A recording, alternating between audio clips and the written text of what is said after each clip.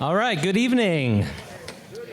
And thank you all for coming on this lovely, balmy night. My name is Jason Scorich, and I'm an exhibit researcher and writer here at the Discovery Center. We're here tonight to talk about the largest moonshine bust in the northern half of the state during Prohibition that took place at Stewart Lake, 11 miles northwest of Chisholm. I'm going to start by recapping the details of the raid for those of you not familiar with the event, but then we're going to take a deep dive. We're going to be pulling all of the many threads of this story, mapping the many people involved, both local and outside the area. So fair warning, there are a lot of moving pieces, and it'll take about an hour and a half, with an intermission in between so you can get a drink, use the restroom, escape if you want to. I'm a firm believer, as you'll see in the old saying, leave them wanting less. So buckle up. So let me tell you first how I first found out about the Stewart Lake bust. I think it'll give you a sense of the combination of luck, perseverance, and intuition that go into this kind of work. I first heard about a big moonshine bust in two of our oral histories, interviews with Nabi Valeri and Bruno Antonelli. They talked about a large operation near Day Lake, north of Hibbing. That turned out to be the wrong lake, but I didn't know that at the time.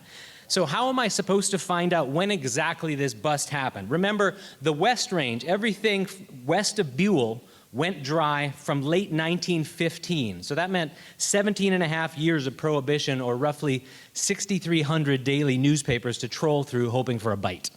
So what did I do? I spent a useless day doing exactly that, trolling through old newspapers with no luck.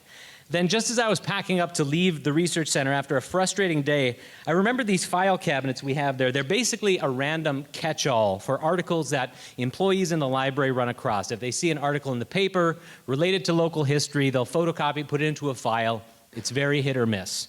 I thought, I wonder if they have a file on Matt Vitala, the local Prohibition agent, because his name is synonymous with getting busted on the range.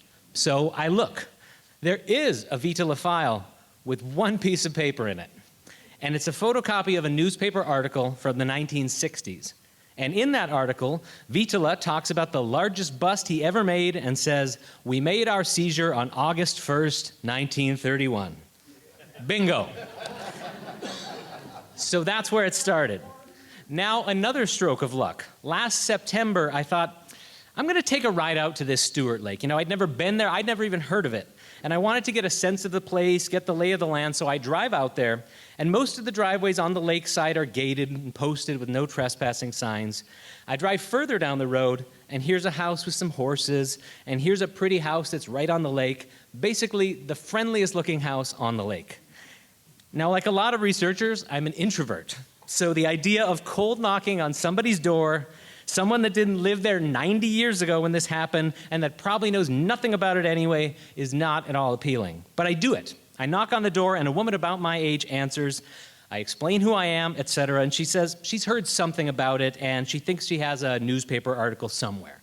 So I get back to the office and I email her asking, contact me if she remembers anything else. I get a response the next day saying, I found the article, here it is. It's one of the newspaper articles I'd already seen. That's not surprising. I ask a few more questions, and she says, essentially, that's all I know, but here's my mom's number. You can call her if you want.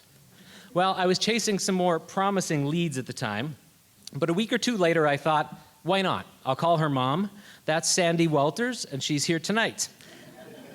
I call, I say, your daughter gave me your number, and she says, my mother is 88, her twin sisters are 91, and they're ready to talk. About what?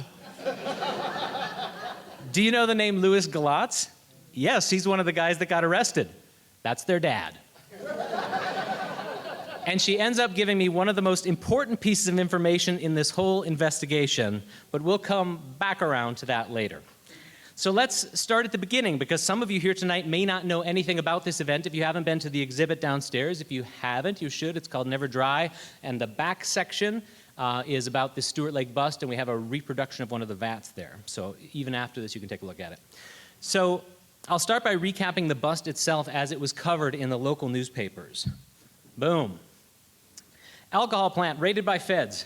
Wisconsin liquor operators are believed to be the instigators and backers of the complete distillery discovered and raided by federal agents at a farm near Stewart Lake, 10 miles north of Hibbing, late Saturday afternoon.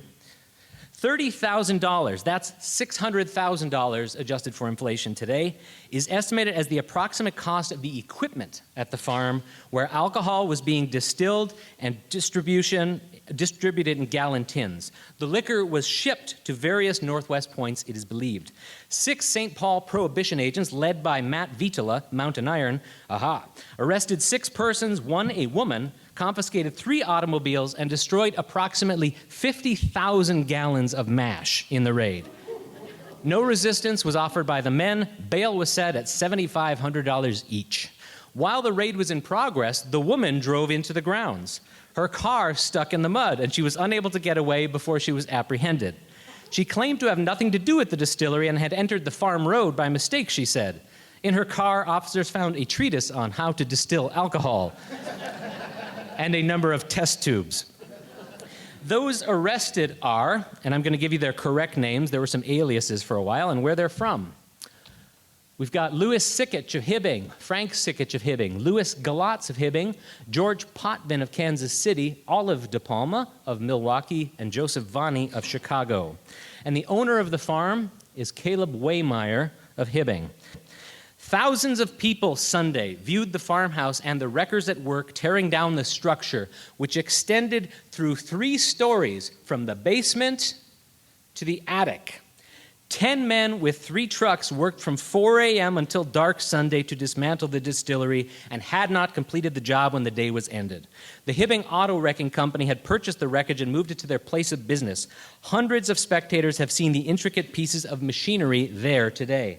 With a capacity of 200 gallons a day for an 8-hour day, the distillery had apparently been working day and night shifts. It is believed it has been operating for over a year. Alcohol of 185 proof has been made at the plant. The perfection of the equipment is nothing short of astounding. Agents believe the erection of the plant alone must have occupied months of time. 3 separate columns of heavy copper extended from the basement to the attic. 5 10,000-gallon vats of red Washington cedar contained the 50,000 gallons of mash which were destroyed. Sacks of sugar were stacked in every available space. Boilers, like steam boilers, were run by oil. Coils ran through the 3 stills where some of the pipes were 2 1/2 inches in diameter. 5 steam pumps were estimated as being worth $350 apiece. An air compressor like those in locomotives was considered to be worth about $700. Gauges such as those for compressors, lubrication, and oil pumps were said to be worth $1,300 wholesale. To operate the oil burners, there were 6 32-gallon steel barrels of motor lubricating oil and 12 5-gallon containers. There was also about a ton of coke. Modern, complete plumbing and electric lights were installed at the farm. Mr. Waymeyer, owner of the farmhouse, claims not to have known the purpose of the renters of his property. When he discovered their activity, he was threatened if he exposed the operators, he told federal agents. This is the headline for the bust in the Virginia Daily Enterprise. We learn a few new things, which I'll summarize here. We learned that it was capable, in this account, of 250 gallons a day. They settle on 225 for an 8-hour shift, so that's 450 gallons per day, basically.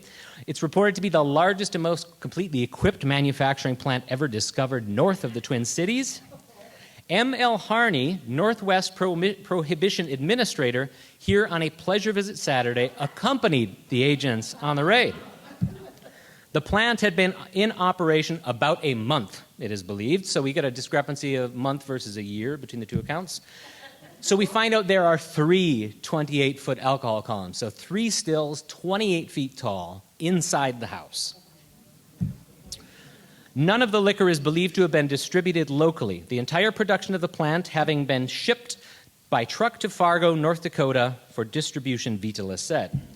And 7 vats, each of 10,000 gallons capacity, so there were only 5 of them filled at the time of the raid, but their capacity was 70,000, 5 filled with mash. And this tells us more about the operation and how it's laid out inside the house.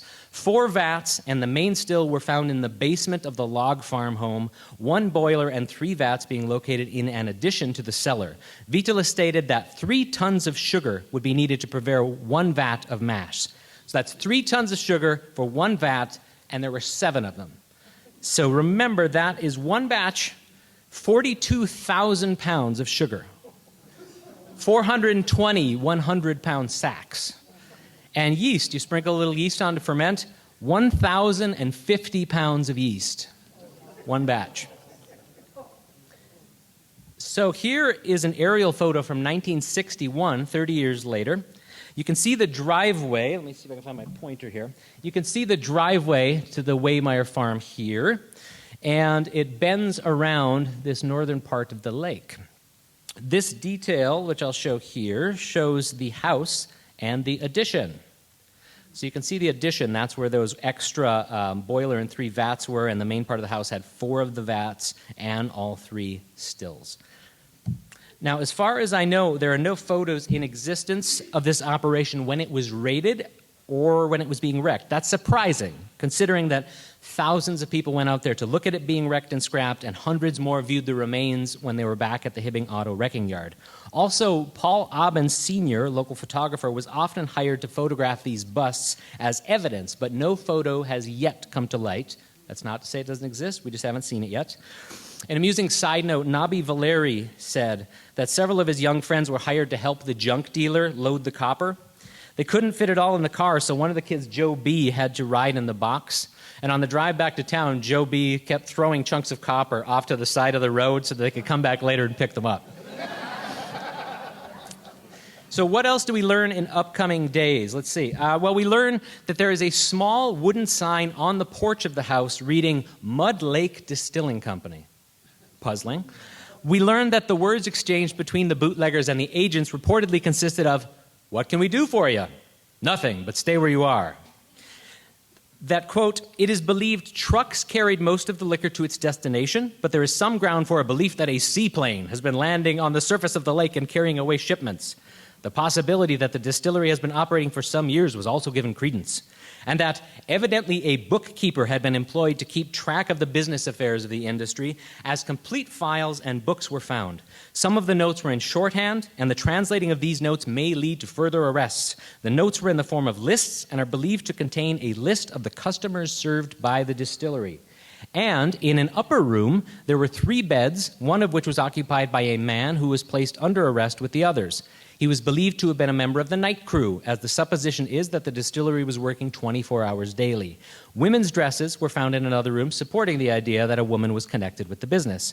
And we also learned that, according to Matt Vittula, maximum operation of the plant would return a monthly profit of about $60,000. That is $1.2 million today. And then the coverage disappears from the papers for months, until I find out the case goes to trial. And in the meantime, the federal authorities are investigating all of the information they've accumulated, following leads, etc. And by the time this goes to federal court, the list of names has gone from this to this. I said there were a lot of moving pieces. What happened?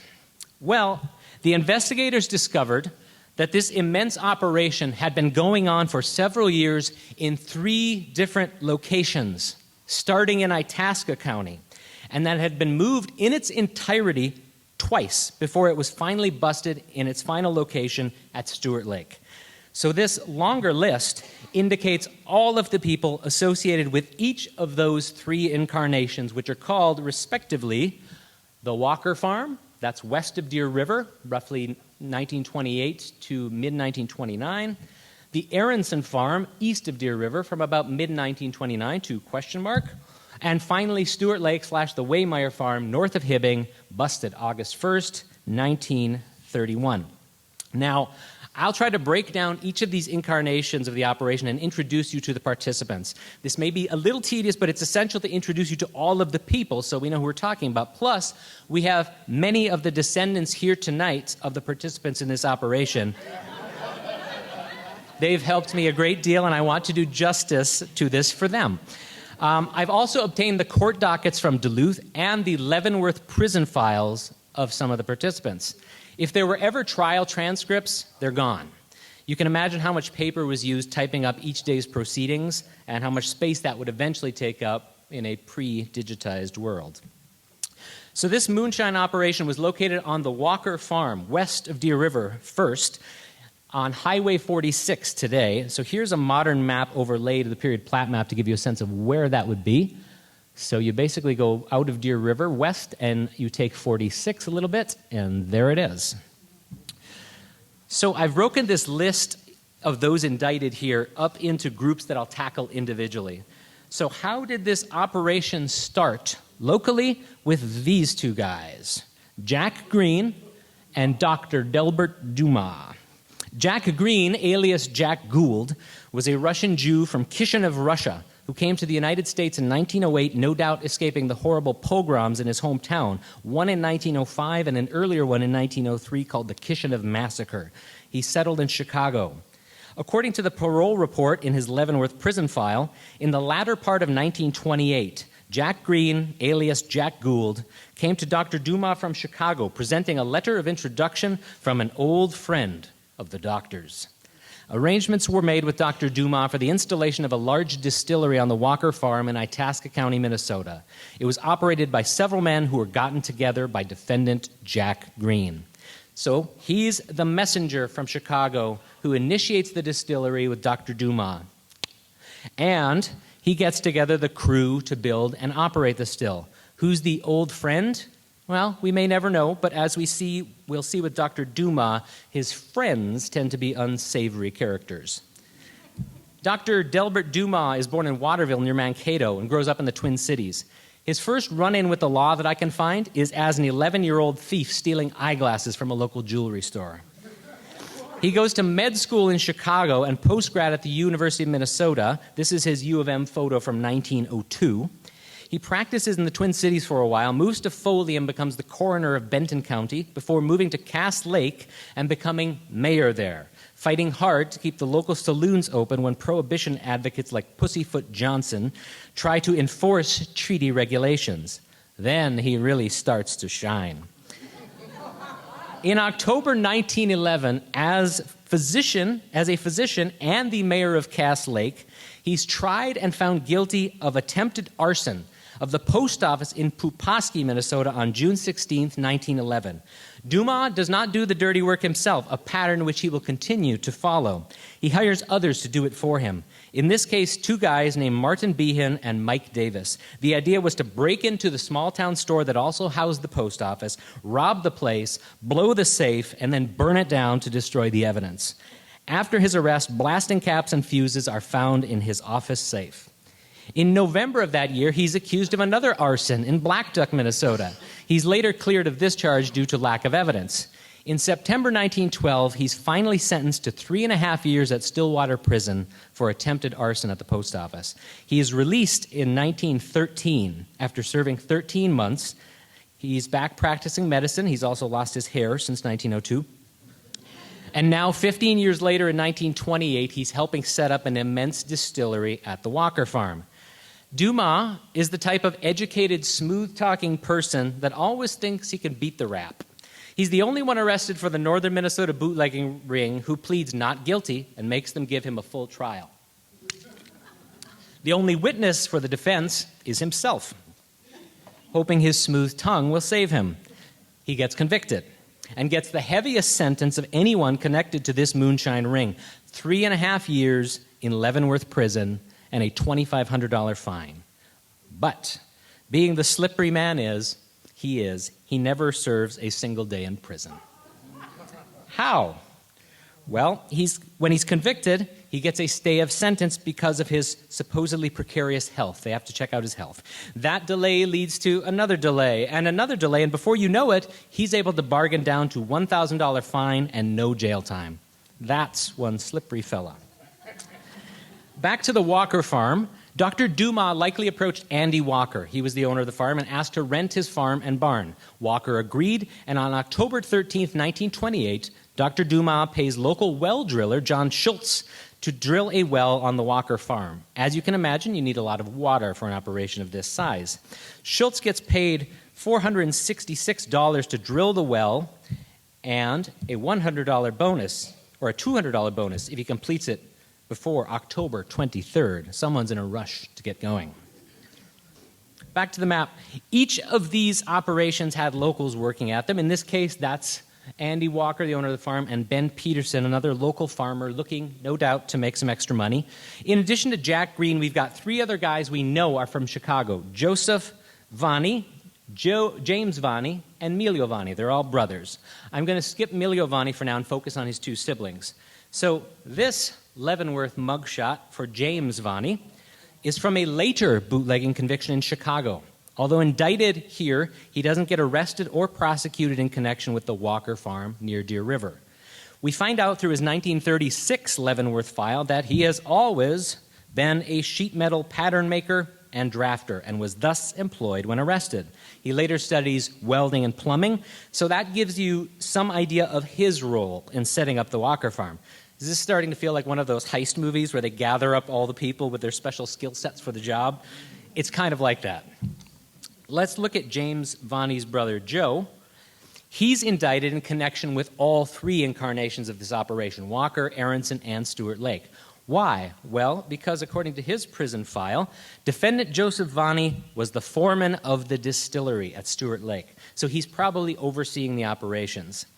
And in 1936, he gets nabbed with brother James and serves a second stint in Leavenworth. So he's back again a couple years later. So back to our list: Rocco, Joe, Big Joe, Dave, Tony. We'll never know who they are. They didn't even know at the time. This is all they had, right? They're likely people from outside of the area, or even possibly locals who worked at or checked up on the distillery. They just don't have enough information to make any determination. So that leaves Mike Knezevich and Arthur Hagland of Hibbing. Mike Knezevich is indicted in connection with all three incarnations of this operation, and Art Hagland with two. Some of you may know who they are. Mike Knezevich started a business called Mike Knezevich's Dray that later became Hibbing Van and Transfer. And Art Hagland became his partner. They were delivering sugar, yeast, and coal to all three operations. The Stewart Lake guys called Knezevich Sugar Mike. Art Hagland, one of the partners, later testified in court at the trial of Dr. Dumas. Here's an period ad from a couple, I think this is right around the time of the raid. I found this in one of the Chisholm newspapers. According to the Duluth Herald, Arthur Hagland, partner in the Hibbing Van and Transfer, testified that he hauled sugar regularly to the Walker plant, averaging about 300 sacks of 100 pounds every week. This approximates 15 tons, he said. Here's another picture of Mike Knezevich that I got from his youngest son, Mike Jr., who lives in Nebraska. This is Mike with one of his Hibbing Van and Transfer trucks that were hauling the sugar, yeast, and coal to the Walker, Aronson, and Waymeyer farms at night, according to Bruno Antonelli, at night in order to avoid suspicion. Mike Knezevich Jr. didn't know anything about this, so this is part of the fun of this. You get to tell people some of their own family history. Neither Knezevich nor Hagland were prosecuted. Okay? In part because Hagland testified in the Dumas trial, and because they were not directly involved with the manufacturing. They didn't go after them. So who finally does time for this phase of the operation? Most of the locals are let off fairly easily, partly because this operation happened a few years earlier, and partly because they've caught the Stewart Lake guys already red-handed and they've gotten the brunt of the punishment. So Knezevich and Hagland, as I said, are dismissed. Ben Peterson, the local farmer, gets 1 year and a day at Leavenworth, but it's suspended, and he's given 2 years parole. Andy Walker, the owner of the farm, has his sentence continued, and he's given 2 years parole. Jack Green, who originally approached Dr. Dumas, as we heard, gets 1 year and 1 day at Leavenworth. That's his mugshot. Joseph Vanni, as foreman, gets 2 years in Leavenworth. Emilio and James Vanni get indicted, but they're never arrested or prosecuted. But the doctor, as I said, gets the stiffest sentence, 3.5 years at Leavenworth, $2,500 fine, and he doesn't serve a day. So probably to avoid suspicion, by mid-1929, this whole operation is relocated and rebuilt again in a barn on the Aronson Farm. The Aronson Farm was located several miles southeast of Deer River on what is now County Road 11. Here's another modern map overlay to help you out. So basically, you're going west out of Grand Rapids, and you take a left onto 11, and it's a little ways down that road.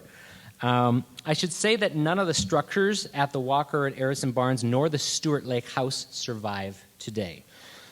Back to our list, there are a few familiar names here, right? We see Joseph Vani, the foreman, and Knezevich and Haglund, who are hauling sugar, yeast, and coal, and apparently, as Art Haglund testified, helping to move the operation from the Walker farm to its next location. So I'm going to skip over Felix Valley, but I'll mention him again later, and I'll get to Louis Sikich when we get to Stewart Lake. And I haven't been able to discover who Eugene Lamantio is, but he was never arrested in connection with this, so they didn't know either. So that leaves the Gertons and Mike DePalma here for new names. So let's look at the Gertons and who likely brought them into the operation. I got this family information from Tom Gibbons, a Gerton descendant. The four Gertons indicted here are Paul Gerton Sr. and his three sons, Henry, Leo, and Paul Jr. So Paul Sr. is not pictured there. There are the three sons. Paul Sr. was born near St. Peter, Minnesota, and he was a farm machinery salesman who bought quantities of farmland in North Dakota and the Crookston area before World War I. But the war years and those immediately following brought a host of problems. There were price drops for wheat, there was a drought from 1917 to 1920, skyrocketing property taxes. So the Gertons were no doubt affected by some of this, and by 1925 they had divested themselves of their farm property and moved to White Oak Point near Deer River. And like many others, they were probably lured in by the hope of some easier money in moonshine. I should also say that until recently, the Gerton descendants didn't seem to know anything about this moonshining operation either. So who brought them in? Well, if you play ball, you better listen to your coach. So this is the 1925 Deer River baseball team. Here are the Gerton brothers and their coach, Dr. Delbert Dumas.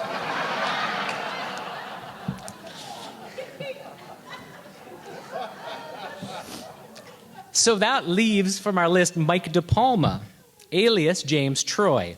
He was born in Milwaukee, and it seems that he took up violating prohibition laws as soon as they were passed. His first liquor arrest is in 1921, and he has another one in 1925. But searching through old newspapers, this is the one that stands out. I'm going to skim this article to give you the flavor of what happened. The largest still yet found in Wisconsin was in the possession of prohibition agents today after a running gun battle with 7 men who attempted to prevent them from confiscating it. On a farm about 4 miles northwest of Kilbourne, 7 men, including Mike DePalma, all of whom were thought to have been imported by bootleg interests operating the still, were captured after they attempted to run from a barn into an open field in back of it. In addition to a fast truck, a coupe, and an automobile loaded with 1,400 gallons of alcohol, equipment found in the barn included 2 boilers used to run the stills, 2 stills, one of 1,000 gallons capacity, the other of 100 gallons, and 11 vats of 5,000 gallons each in the basement. All vats were filled except for one with mash. The distillery was so distinctly camouflaged that even its chimney was concealed beneath wallboards. The fact that 25 to 30 flashlights were found scattered in sections of the barn led prohibition agents to believe that the still had been operated at night. The agents estimated that the still could turn out about 1,000 gallons a day. Pretty comparable to Stewart Lake, isn't it? Sounds really familiar. Mike DePalma set up and supervised this big still near Kilbourne. And according to his parole report, he plays a similar role in Minnesota at the Aronson Farm and Stewart Lake. They say, quote, Mike DePalma was one of the individuals who made arrangements and carried on the business transactions in connection with the operation of the distillery. So this Wisconsin bust turns into a fiasco of trials, culminating in the crooked local sheriff being tried for brutally murdering the district attorney in front of his wife. It's amazing. I didn't have a chance to go into it, but it's amazing. And if you look at the timeline, you'll see that while Mike DePalma was awaiting sentence for this Wisconsin operation and testifying in 3 separate trials, he's over in Minnesota helping set up the distillery at the Aronson Farm near Deer River. And he gets out of prison in Milwaukee in October 1930, and a few months later, he's living at the Android Hotel in Hibbing and working at Stewart Lake.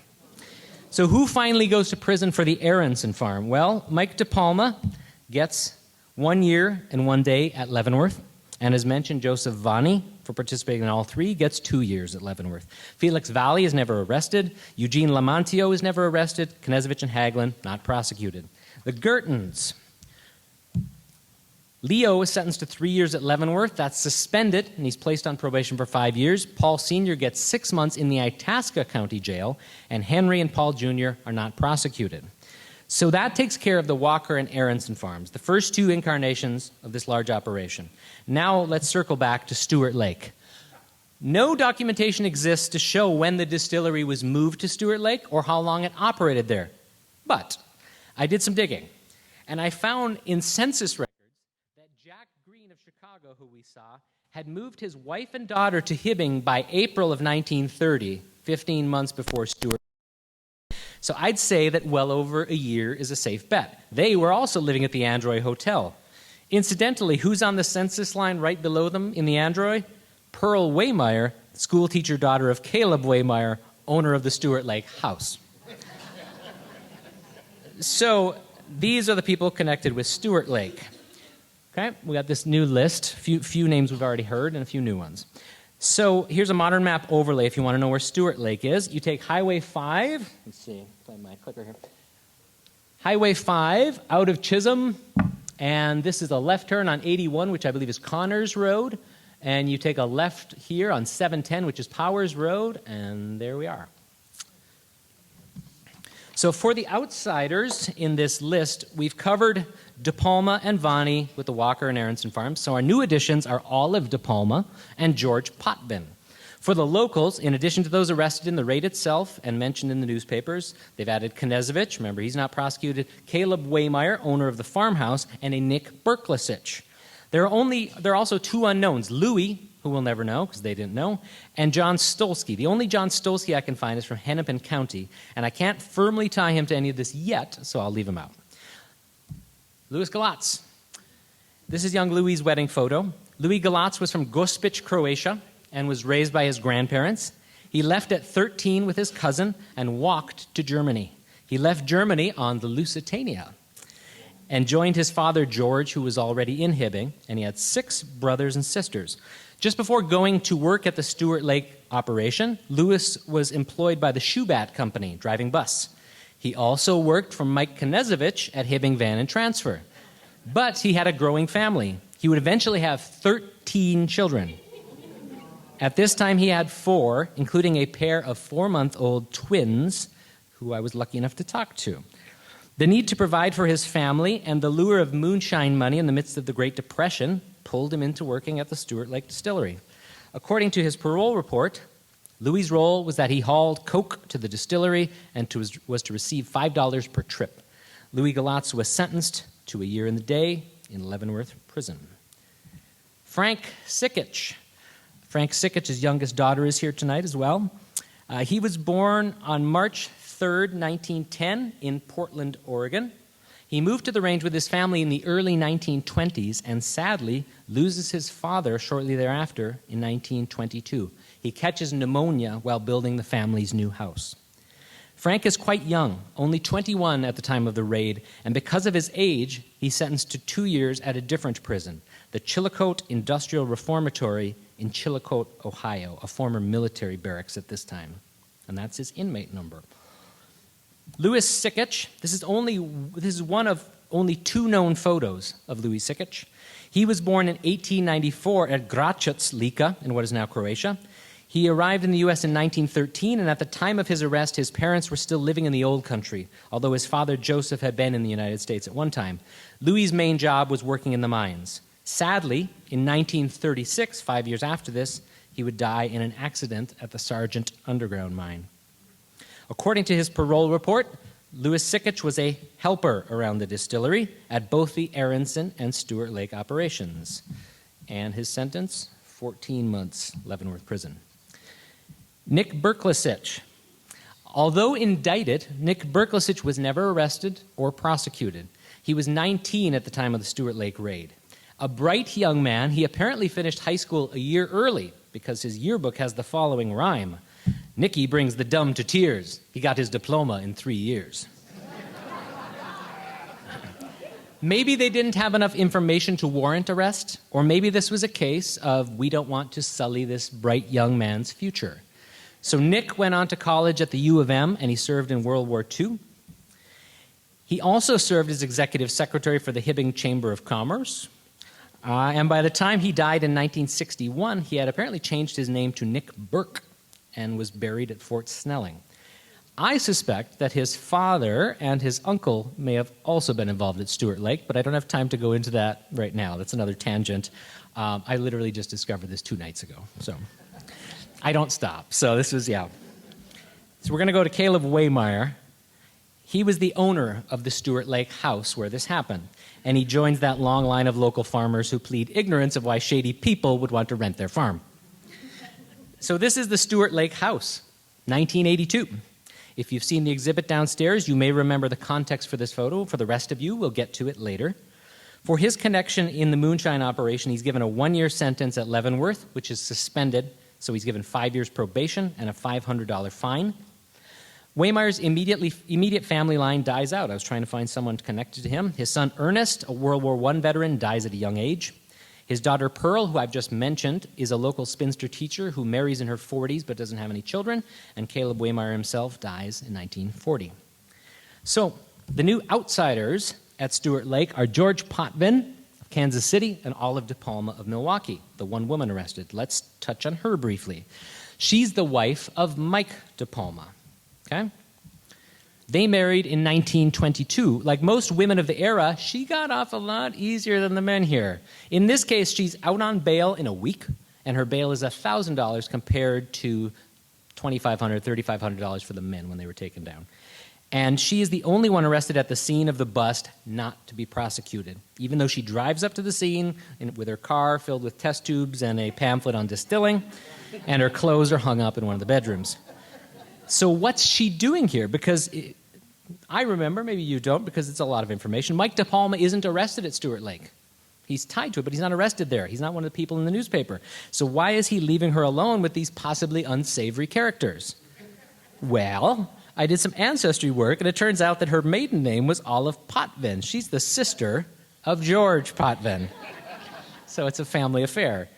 And we're going to look at George now. So he comes from Kansas City, Missouri. He's a World War I Navy veteran whose father committed suicide when George was 20. His record seems fairly clean, surprisingly enough, until this, 10 months before Stewart Lake. Sounds a lot like his brother-in-law Mike DePalma's big operation at Kilbourne, doesn't it? So among those arrested in this raid are Potvin and James Vonnie of Chicago. Remember his name? He was connected to the Walker Farm. Later arrested in connection is Felix Valley. Remember that name? He was indicted and never arrested in connection with the Aronson Farm. So I hope you see that these same people keep showing up in different configurations in the time leading up to the Stewart Lake bust. So I'm going to skim this article again. Does this sound familiar? Federal agents swooped down on the barn and arrested Brooks, Vonnie, and Solarski, who were operating the still. 8 large vats containing 72,000 gallons of mash were destroyed. 2 huge stills built from the basement to the roof were also smashed. These were copper column plants capable of distilling 140 gallons of 190 proof alcohol per hour. One column was 24 feet high, the other was 27 feet high. Okay, we're close. The agents found about 15,000 gallons of alcohol on hand. This was destroyed, along with a large quantity of 1-gallon containers in which the finished alcohol was being stored. 10 tons of sugar were destroyed by the agents. While they were destroying the equipment, a truck operated by Potvin and Borman drove up. On the truck were 3 more tons of sugar and yeast. This was also confiscated and the pair arrested. The same day, the Menasha record in Wisconsin says that the agents credited the huge plant to Chicago liquor operators. So in George Potvin's Stewart Lake parole report, let's see, it says George Potvin was the cooker. That's his role. So for his involvement at Stewart Lake, 10 months after this huge Wisconsin bust I just mentioned, Potvin is sentenced to 1 year and a day at Leavenworth.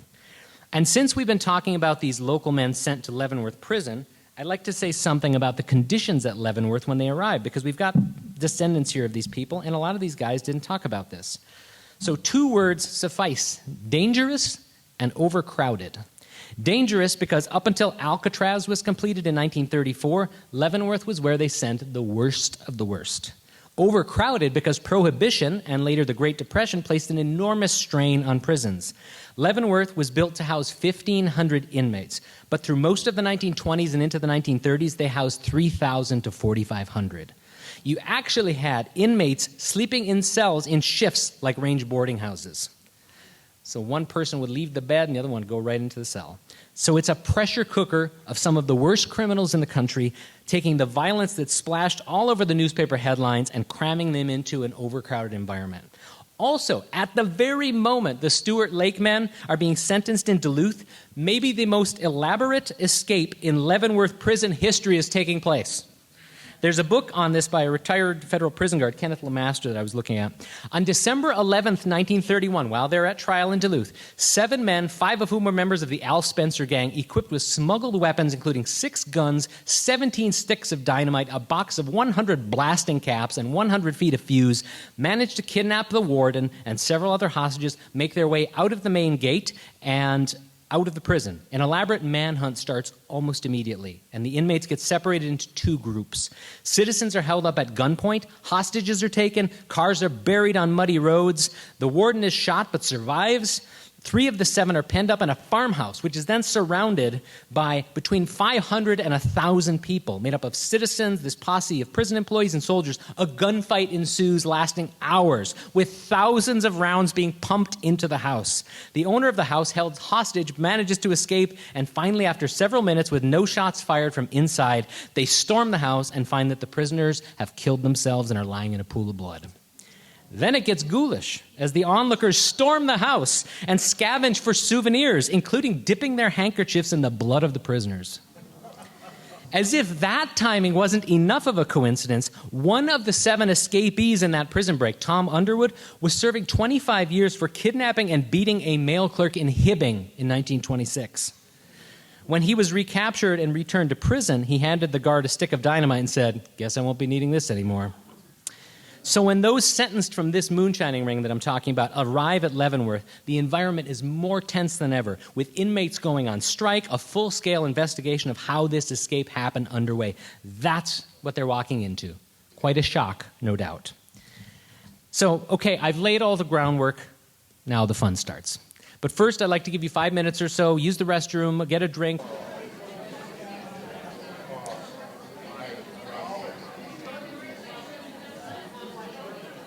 So as promised, this is where the fun detective work comes in. So let's talk about a third group, the invisibles. So these are the people who are connected to this operation, but are below the radar. So I may seem to veer off topic at times here, but trust me, I'll bring it back around. So during Prohibition on the range, there seemed to be 2 distinct eras of bootlegging. One of the leaders of the first generation was Paul Morris of Hibbing. Paul Morris, we have some Morrises here probably, or some related to Morrises. There are 3 different branches of Morrises I found, and it's utterly impossible to do the genealogy, but that's a side note. So Paul Morris was a pioneer saloon operator and one of the pioneer operators of a bus line, the Morris and Morris bus line. There's Paul. It was one of the lines that was folded into what would later become Greyhound. So during early Prohibition, Morris had a close relationship with Hibbing Mayor Vic Power that allowed him to operate more freely than many others. In an unhinged New Year's Day 1922 editorial, introduced to me by Aaron Brown here, bluntly entitled, "Hibbing Police Handicapped in Efforts to Clean Out Bohunk Peddlers Who Deal Out White Death. Publicity may help eliminate moonshine menace." Happy New Year. This is an editorial. Claude Atkinson, editor of the Hibbing Daily News and the Masaba Ore, refers in this article, he's naming names left, right, and center, and he refers to Paul Morris as the king rum runner of the county.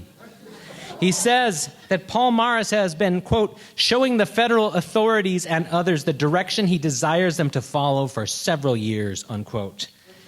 At one point, Morris moves to Superior, Wisconsin to further his interests and the interests of those he's connected to. This is a letter of introduction on Paul Morris's behalf from Hibbing Mayor Vic Power to the mayor of Superior, saying, hey, here's my buddy Paul Morris, help him out. In 1920, Morris opens a resort near Iron River, Wisconsin called the Deep River Resort that very likely had a bootlegging component. But his fortunes wax and wane. People in the know said that he made and lost millions of dollars several times over. First in 1913 and again when the market crashed in 1929. And by the time of Stewart Lake, Morris is essentially washed up and living elsewhere in Wisconsin, away from his family in Hibbing. He later moves back to the range and for years operates a bar in Buell. Another pair of pioneer saloon operators on the range were George Bassich and John Mazeran. George Bassich started in the range bar business in about 1910, and in 1912 he transfers his license to John Mazeran. Bassich then moves to Duluth to operate a saloon there.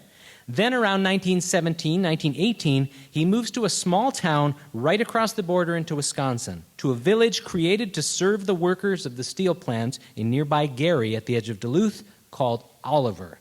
And the town is wild. It's a town that, as Duluth and Superior flip-flop between wet and dry in the days before national prohibition, serves as a hub for all thirsty drinkers from Superior, from the steel mills, and from those who want to cross over from Duluth. As I say, it's wild. Think an amped-up version of Buell when it was on the edge of dry territory. To give you a sense of how wild Oliver was, George Bassich's son's first memory is this, quote, "I remember when I was a little kid, my dad took me up to the Palace Bar, and here was this woman prostitute that the guy had knocked through the second floor window from a bedroom, and down she fell on a pile of glass. I will never forget it. That was quite a scene for a 3-year-old boy. It was really a tough, tough town," unquote. So there you go. Nothing romantic about that. George Bassich starts bartending in Oliver, and it's not long before he, with several local aldermen as investors, opens his own bar, the Palomar. And it's successful enough that in this boom moment, he's making about $30,000 a month. That's $60,000 or $600,000 today, a month. And he starts buying up real estate in the Twin Ports and in the Twin Cities. He eventually moves to St. Paul and moves his family into a huge 26-room mansion in the, at that time, sparsely settled area of Highland Park.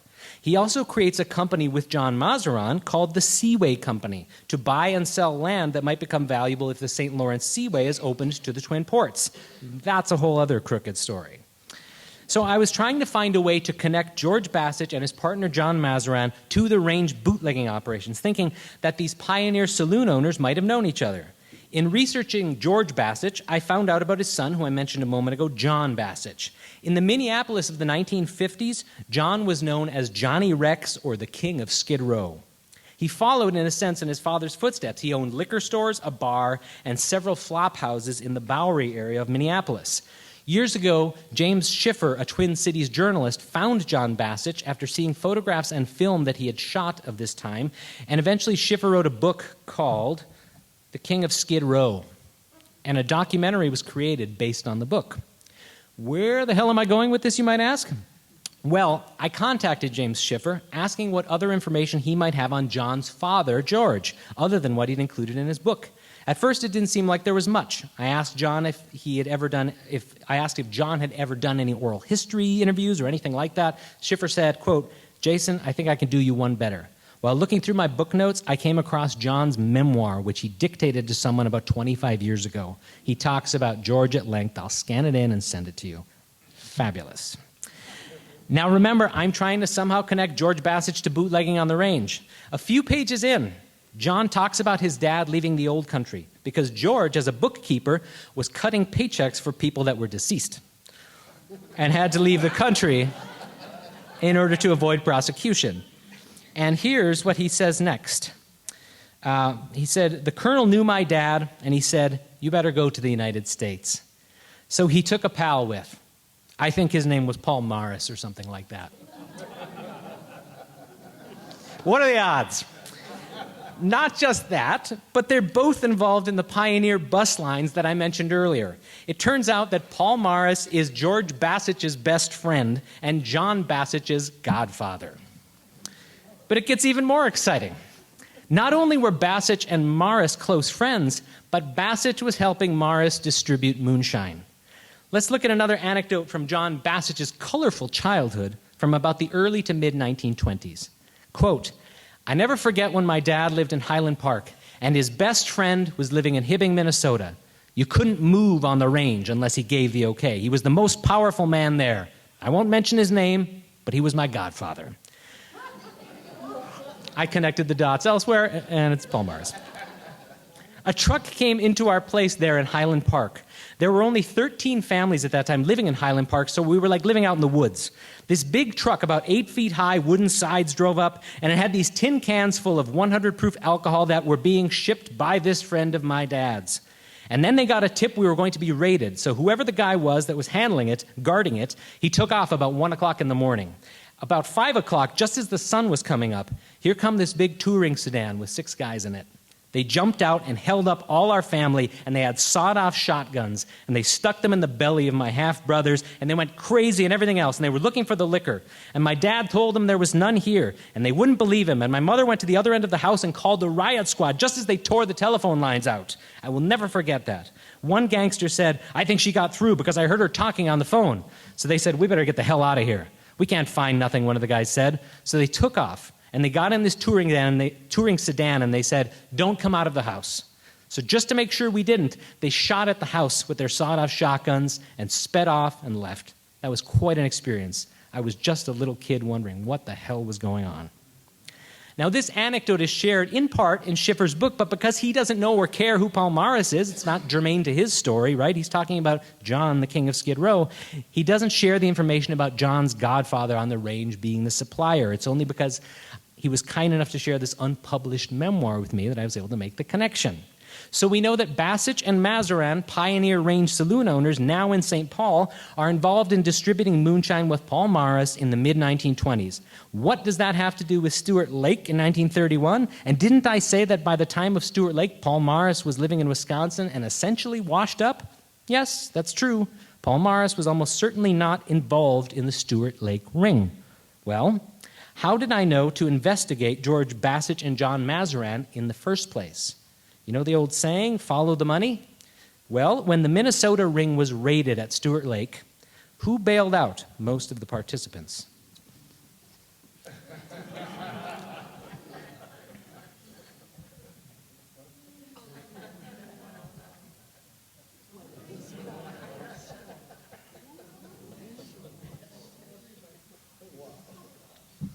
So, let's circle back to Stewart Lake. Paul Morris may have fallen on hard times, but a former business partner of his hadn't. Meet the second era's major operator and the invisible linchpin of Stewart Lake, Frank Burkich. Quote, "Frank B. was the head moonshiner. He was equivalent to the mafia don, Nobby Valeri. No one went into the moonshine business unless they had his blessing. If they didn't, they were either reported to the feds or their operation was destroyed. He had all the political connections and he took care of the payoffs when it was necessary. He was in on one of the biggest moonshine productions in the state of Minnesota or the whole Northwest as far as that's concerned. I don't know what went wrong, but about 6 months after it went into operation, it was raided and smashed up. Nobby Valeri." If some of you have heard of Frank Burkich, it's possibly because you're related to him, and it's also because following Prohibition and for many years thereafter, he owned and ran the Garden Lounge on Howard Street in Hibbing. When you do this kind of research, you end up sketching ancestry for a lot of people, right? Here's some thumbnail family tree work. Frank Burkich, his first wife, who died young, was Rose Galatz, the sister of Louis Galatz.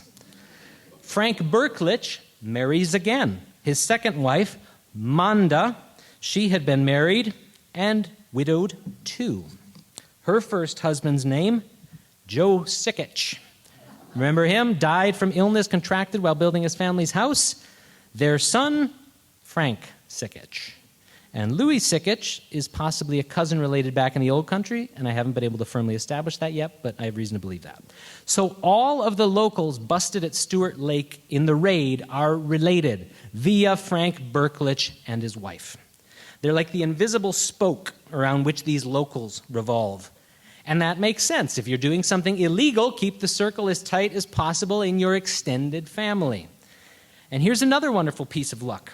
Early on, while trying to locate a picture of Frank Burkich, I came across these images that reinforce the connections between these invisible parties that I've been talking about. These are images that mark an oil deal in Oklahoma in the 1920s, probably.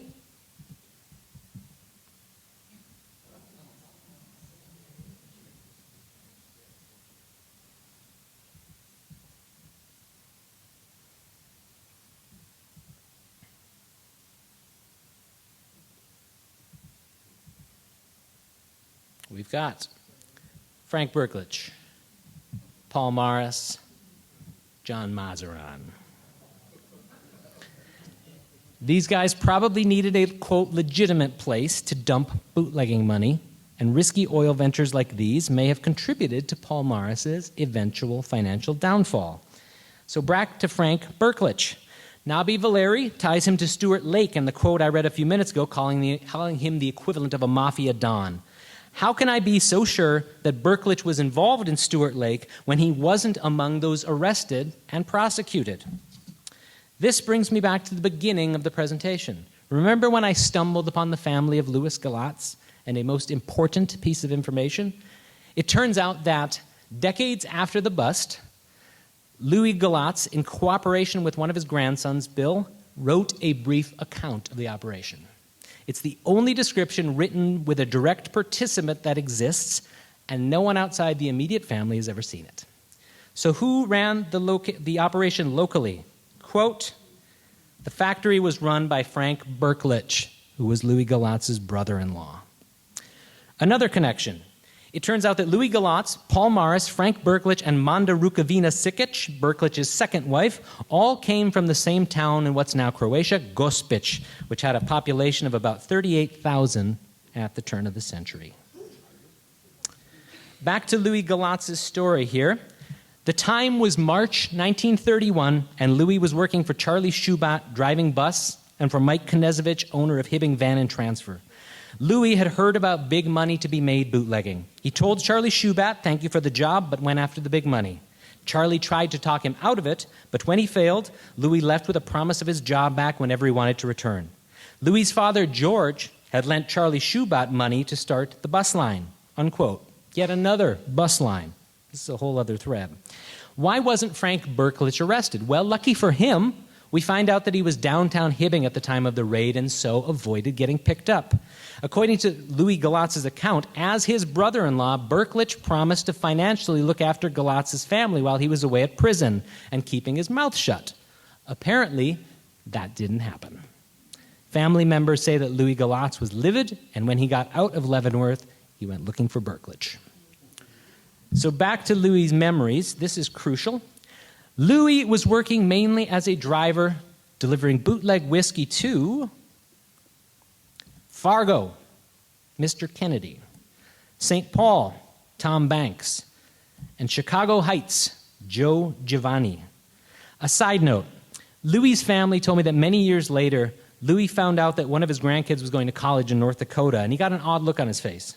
They asked him about it, and he said something to the effect that, I could drive that trip with my eyes closed. When pressed, he said that he would have to make that drive to Fargo. Now remember the distance and how primitive the roads were at that time. He would have to make that drive at night with no headlights. That's real moonshining. And we'll see why that precaution was necessary. The account continues. Louis also worked at the factory, doing his share of manufacturing and delivering corn, sugar, etc. While working for Sugar Mike Knezevich, 3 men would come from Chicago to oversee the operation. The deliveries were made in 3 different kinds of trucks. One of these looked like a load of hay, the center of which was hollow. Louis would drive a truck to the delivery point and switch trucks. Money was collected by the drivers. Hijacking was common. Rival gangs would ambush the trucks and beat up, or more often, kill the drivers and steal the whiskey. Louis was hijacked twice. Once outside Rush City, once outside of Fargo. He was shot there.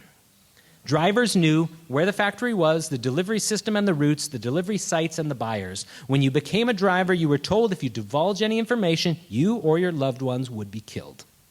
His family also told me that many years later, Louis was still afraid for his and his family's safety, and that as an elderly man, he would put a hat on top of the sofa in front of the main window in his living room and then sit in a chair away from the window. So if someone drove by and shot the place up, they'd think they got him sitting on the sofa. And if you've been to the exhibit downstairs, you know that in 1982, Louis Galatz took some of his kids and grandkids out to the Waymire farm at Stewart Lake while it was still there and told them about the operation. There's Louis in front of the house. There he is with a couple of his grandkids. There's the house with him standing there. Now figure how you'd have to dig into that basement to put in 3 28-foot stills and all of those vats, judging by the size of the vat that we have down there as a replica. So a question we haven't looked at yet tonight. How could an operation of this scale of Stewart Lake have gone unnoticed by authorities?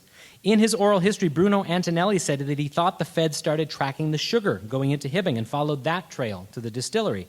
But how could this huge operation, up to 42,000 pounds of sugar and 1,000 pounds of yeast a week, have gone unraided in 3 different locations for nearly 3 years? That brings us back to Prohibition agent Matt Viitola. In researching the exhibit downstairs, I got the sense that Viitola, while feared and disliked, was respected as someone who just did his job and who, as a teetotaler, was a true believer in the cause. There were agents across the nation on the take, but Viitola didn't seem to be one of them. But little cracks started appearing. In a family memoir by J. Robert Beck, we get this story talking about his ancestor who was Mountain Iron's postmaster and who was succeeded in the job by Viitola's son Rudy. Matt Viitola, the treasury agent who lived in Mountain Iron, had managed to become the richest man in town. He was never openly accused of having taken bribes, but it was hard to accept that he had been able to get that rich on only his salary from a government job. His son Rudy was about 25 years old then and had not been able to launch a career during the Depression, so with Matt's help, he got the appointment as postmaster. This was fortunate for my father because Matt was willing to buy the candy and tobacco business to go along with the postmastership and was able to pay cash for it. I remember Dad showing me the handful. I can't remember whether it was 12, 13, or 15 of $100 bills that he had been paid, a sight neither of us had ever seen. I should say, too, that when Louis Galatz got out of Leavenworth, he went back to moonshining on a small scale with his own still. Why is this important? Because of who he said gave him the still. And why? This is Louis' account. Quote, Viitola felt bad because he was paid off by the 3 Chicago men and couldn't warn them of the bust, which was set up by his superior in St. Paul, Mr. Winchester, unquote.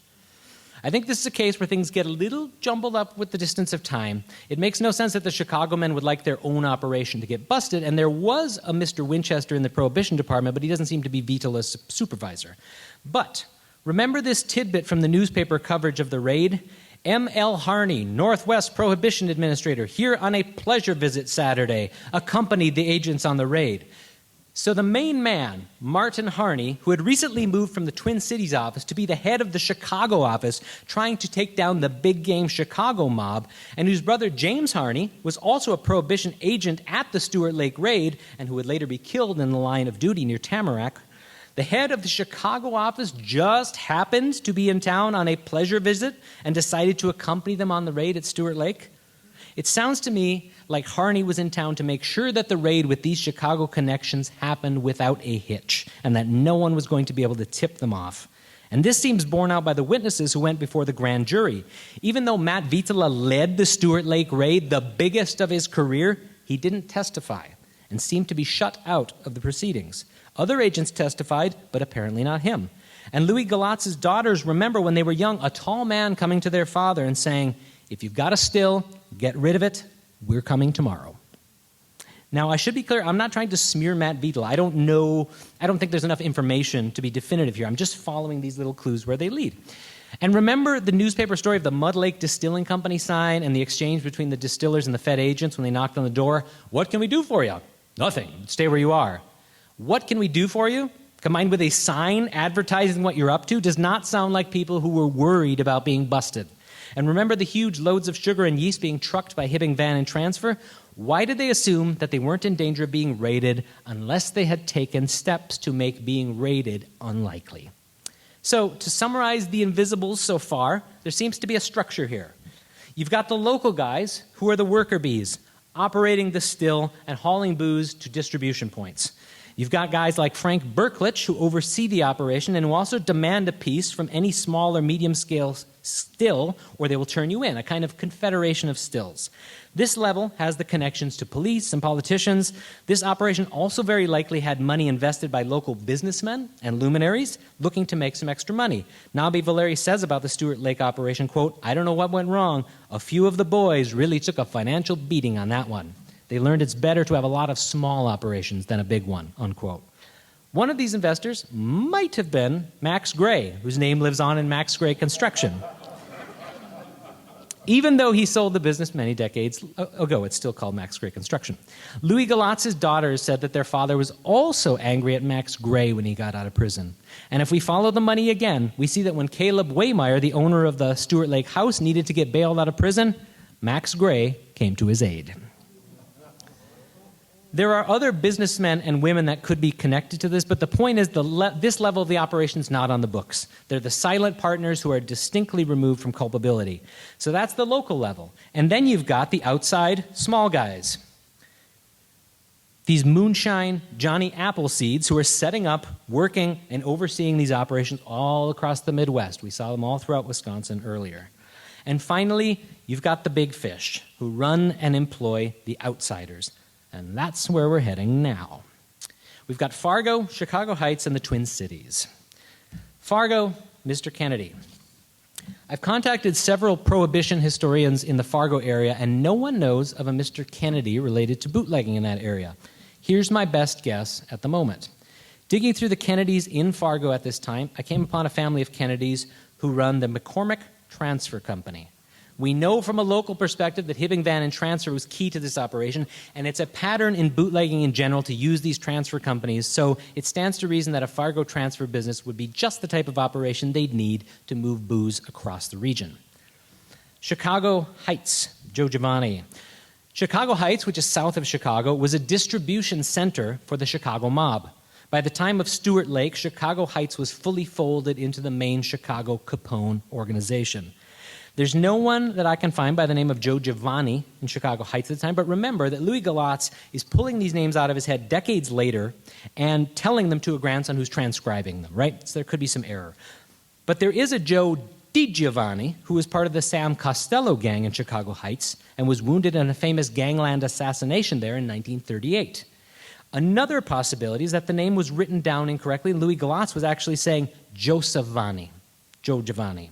We already saw that Joseph Vanni, the supervisor of the Minnesota operation, wasn't from Chicago Heights, but he's clearly connected to the Chicago operations, of which Chicago Heights is an important hub, and it makes sense to deliver truckloads of booze not into the center of the city, but to a distribution point 30 miles south. Author Matt Lutzy wrote a great book about the Chicago Heights mob. In it, he describes 3 types of moonshine operations, from 18-hour bathtub gin to 3-day variety up to a 7-day fermentation. This is his description of the 7-day method. The 7-day method was a natural fermentation process that produced between 30 and 40,000 gallons. These operations were very large and required 2 shifts of men working day and night. Due to their size, these stills were operated on farms or in warehouses. In some instances, stills of this size were placed in the basement of a house with holes cut through the first and second floors to accommodate the still. That sound familiar? So we know that that's a mob pattern that we've seen both at Stewart Lake and in the Wisconsin busts I've touched on. So when the Stewart Lake raid takes place, the Capones are battling their income tax woes. Al Capone had pled guilty back in June of 1931, 2 months before Stewart Lake is raided, to income tax evasion. And in November of 1931, he's sentenced to 11 years in prison. Also in November 1931, Al's brother, Ralph Capone, enters Leavenworth for tax evasion. But he's transferred out before the Stewart Lake guys get there, the day before the big prison break, in fact. Obviously, organized crime continues whatever is happening to the mob's figurehead, right? So how else can we connect Stewart Lake to the Capones? Well, it's a case again of follow the money and who's bailing them out. While digging in Chicago area papers, I made a connection. There was a bail company called the Grand Central Surety Company that Ralph Capone, Al's brother and right hand, had investment in. It was essentially a bail company / revolving door to get mobsters out of prison. The government started investigating the company and putting pressure on them to cut ties with mobsters. But before that happens, this scene occurs. It's a bail hearing for the 5 men arrested for the huge still near Sherwood, Wisconsin that we talked about.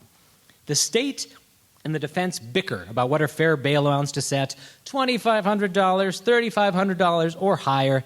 Then the rep from the Grand Central Surety Company steps forward and presents a treasury certificate worth $250,000. Talk about making a statement. So Ralph Capone's front puts up this outrageous bond, a middle finger to the court, and gets 2 men out of jail. Who? George Potvin and James Vonnie. 10 months later, George will be hard at work cooking booze at Stewart Lake, and James Vonnie will be indicted for the Walker Farm. So for me, that's a pretty good connection. Now, the Twin Cities. Tommy Banks. When talking about the Twin Cities, Louis Galatz names Tom Banks or Tommy Banks, the Irish leader of the Syndicate, one of the 2 main organized crime rackets in Minneapolis, the other being the Combination led by Isidore Blumenfeld, a.k.a. Kid Can. So we've already seen, with John Bassich's anecdote about his family being held up at gunpoint, that there's a history of Iron Range moonshine being distributed in the Twin Cities. Do you want a clearer connection to Tommy Banks here? Banks's attorney was a Minneapolis lawyer named A.M. Carey. He was also the front for several of Tommy Banks's businesses and his business partner in others. So he's clearly a mob lawyer. Even his obituary makes that point. When the Stewart Lake bootleggers, okay, these guys from the range and a couple others, go to federal court, who steps in as their attorney to represent a bunch of nobodies from the range? A.M. Carey. Also, the Chicago newspapers in 1931 explicitly connect the Capone organization and Tommy Banks of Minneapolis. This article talks about 4 states that are the Midwest arm of the Capone ring: Illinois, Iowa, South Dakota, and Minnesota. And here's what they say about Banks. The principal distributor for Minnesota, according to the special agents, was Tom Banks, so-called king of the bootleggers in Minneapolis. But let's go down one last Twin Cities rabbit hole. When I looked at the court documents to see who bailed out Joseph Vonnie, remember him, I found these names: Isidore Kvatnitz, Morris Kvatnitz, and Ann Reusner. Who are the Kvatnitzes? Well, St. Paul notoriously had a hands-off policy regarding organized crime for years called the O'Connor policy after one-time chief of police John O'Connor. The gist of it was St. Paul will be a haven for any kind of person on the lam as long as you pay us bribes and don't commit any crimes here. And it worked fairly well for years, even if it made the Twin Cities a mecca for some of the nation's biggest criminals. But 2 kidnapping cases after the repeal of Prohibition changed that. The kidnapping of William A. Ham, Jr., president of the Ham's Brewing Company, and the kidnapping of Edward G. Bremer, a St. Paul banker whose father was part owner of the Schmidt Brewery.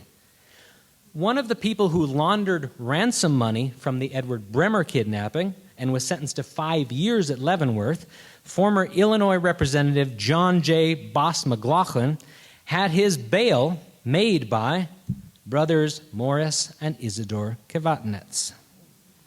Who's McLaughlin's attorney at this stage? A.M. Carey.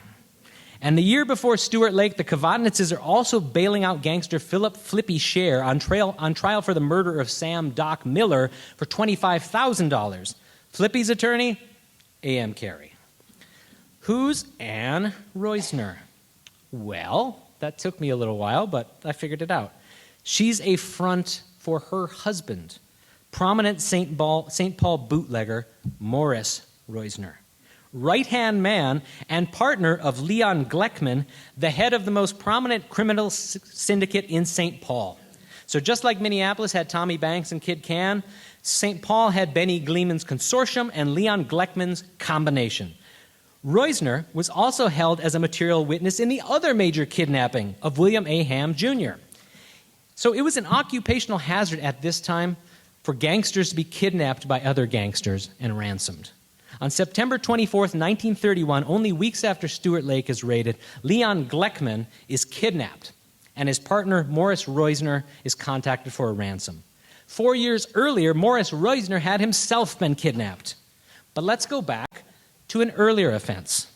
Just before he was kidnapped, Morris Reusner was out on bond awaiting a prison sentence in Atlanta for his part in a nationwide bootleg syndicate. This ring originated with 2 millionaire bootleggers from Philadelphia who formed 3 companies in Cleveland and arranged for pure grain alcohol from the Superior Industrial Alcohol Plant that was to be denatured, rendered undrinkable for industrial purposes, to be diverted into bootleg channels. The scale of this job was unbelievable. It was a $140 million operation in 1925 dollars. The ring included Pittsburgh, Philadelphia, Baltimore, Atlantic City, Detroit, Chicago, and San Francisco. How much liquor was distributed each week? 900,000 gallons.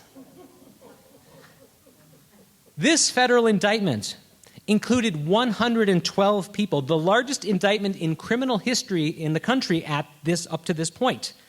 66 of the 112 people, more than half, were from Minnesota. 46, including Morris Reusner, from St. Paul, 5 from Minneapolis, and 15 from Duluth. All this is to say that Chicago-based Giovanni is being bailed out for Stewart Lake by 2 brothers who make a point of bailing prominent gangsters involved in murders and high-profile kidnappings, and by a hugely prominent St. Paul bootlegger, Morris Reusner, who had already served a sentence for his part in a nationwide bootleg ring, was affiliated with the underworlds not only of St. Paul, but also Chicago and New York, and would go on to serve a 3-year term in Leavenworth for tax evasion and stolen securities. Oh, and this huge alcohol industrial ring, only 5 of the 112 people named are from Chicago. One of them is a small-timer who ends up serving only 30 days, Jack Green. So when Jack Green comes to Dr. Dumas in 1928 bearing a letter from an old friend who wants to start a large distillery near Deer River, with what I know at the moment, I'd speculate that Morris Reusner is a reasonable candidate for that letter writer. So that's where the story ends for now. There are more leads to track and people to talk to, but we'll likely never know the full details of what happened. I have tried a Freedom of Information Act from the FBI to see if they have any records from the Duluth or St. Paul prohibition offices related to this, and have been so far rebuffed. But it is fun to get mail from the FBI, I guess. But maybe we've learned enough as it is. That said, I fully expect that someone here tonight might be able to tell me something new. So I'd like to thank our curator here at MDC, Elise Freeman, for letting me continue to deep dive into this story.